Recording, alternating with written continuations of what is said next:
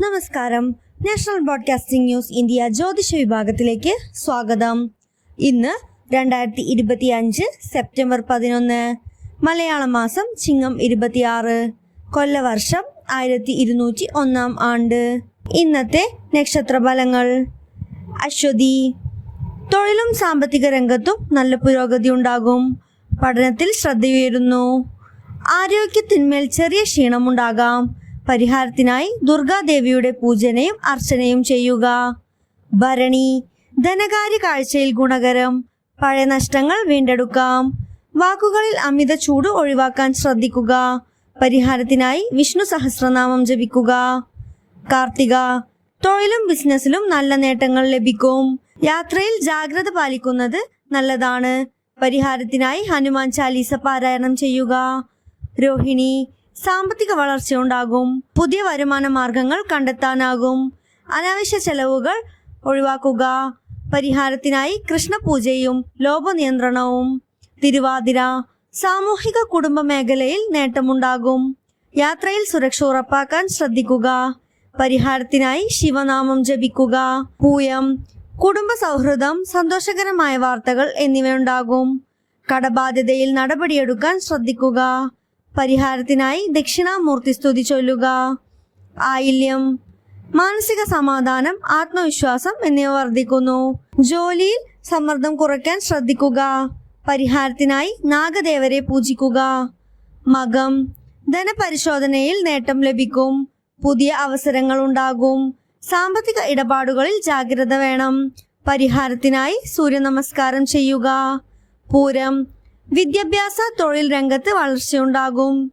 വീട്ടിൽ അഭിപ്രായ വ്യത്യാസങ്ങൾ ഒഴിവാക്കാൻ ശ്രദ്ധിക്കുക. പരിഹാരത്തിനായി അമ്മവാരങ്ങളെ ആദരിക്കുക. ഉത്രം.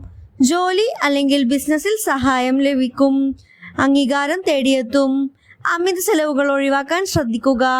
പരിഹാരത്തിനായി വിഷ്ണു സഹസ്രനാമം ജപിക്കുക. അത്തം. സൃഷ്ടിപരമായ ആശയങ്ങൾക്ക് അംഗീകാരം ലഭിക്കും. സുഹൃത്തുക്കളുമായി തെറ്റിദ്ധാരണ ഒഴിവാക്കാൻ ശ്രദ്ധിക്കുക. പരിഹാരത്തിനായി കൃഷ്ണനാമം ജപിക്കുക. ചോതി.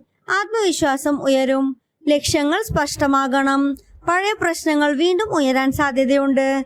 പരിഹാരത്തിനായി ദുർഗാസ്ത്രോത്രം ചൊല്ലുക. വിശാഖം. ധനകാര്യ കരിയർ രംഗത്ത് മുന്നേറ്റം ലഭിക്കും. അനാവശ്യ ഇടപാടുകളിൽ നിന്ന് വിട്ടുനിൽക്കാൻ ശ്രദ്ധിക്കുക. പരിഹാരത്തിനായി ഗുരുവിനെ ആരാധിക്കുക. അനിഴം. വ്യാപാര രംഗത്ത് നേട്ടങ്ങൾ ഉണ്ടാകും. സുഹൃത്തുക്കളുമായി വാക്കുകളിൽ ജാഗ്രത പുലർത്തുക. പരിഹാരത്തിനായി സുബ്രഹ്മണ്യ സ്വാമി പൂജ ചെയ്യുക. മൂലം. മാനസിക സമാധാനമുണ്ടാകും. ആത്മവിശ്വാസം വർദ്ധിക്കും. ആരോഗ്യത്തിൽ ശ്രദ്ധ വേണം. പരിഹാരത്തിനായി വിഷ്ണു പൂജ ചെയ്യുക. ഉത്രാടം. വിദേശയാത്രയ്ക്കുള്ള അവസരങ്ങൾ ഉണ്ടാകും. പഴയ പ്രശ്നങ്ങൾ വീണ്ടും വരാൻ സാധ്യതയുണ്ട്. പരിഹാരത്തിനായി ദക്ഷിണാമൂർത്തി സ്തുതി ചൊല്ലുക. അവിട്ടം. പുതിയ ബന്ധങ്ങൾ സൃഷ്ടിക്കാൻ അനുയോജ്യമായ ദിവസമാണ്. യാത്രയിൽ ജാഗ്രത പുലർത്തണം. പരിഹാരത്തിനായി ഹനുമാൻ ചാലീസ ചൊല്ലുക. ചതയം. തൊഴിൽ അല്ലെങ്കിൽ ബിസിനസ് രംഗത്ത് ഗുണകരമായ പുരോഗതി ഉണ്ടാകും. ചിലവുകൾ നിയന്ത്രിക്കാൻ ശ്രദ്ധിക്കുക.